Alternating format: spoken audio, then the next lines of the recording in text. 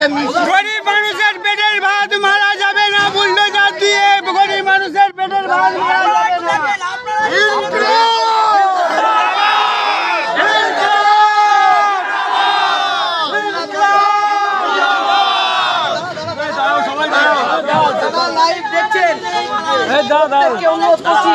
আমরা জানি আজকে কোনো প্রেস মিডিয়া বিক্রি হয়ে গেছে।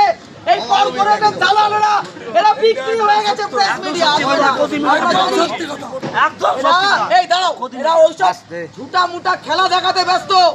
আর গরিবের দোকান যখন বুলডোজার দিয়ে ভাঙে, কোন প্রেস মিডিয়া তা দেখানোর জন্য আসে না। আমরা জানি ওই প্রেস মিডিয়া ওই জন্য আসেনি।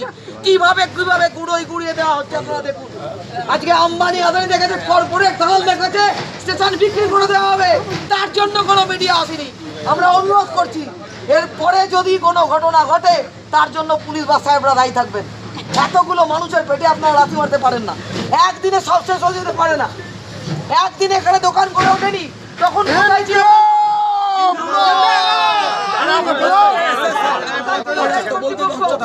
একদিনে এখানে দোকান করে উঠেছে, আজকে এখান থেকে যারা তোলা নিত তারা কোথায়? কর্পূরের মতো ডুবে গেছে।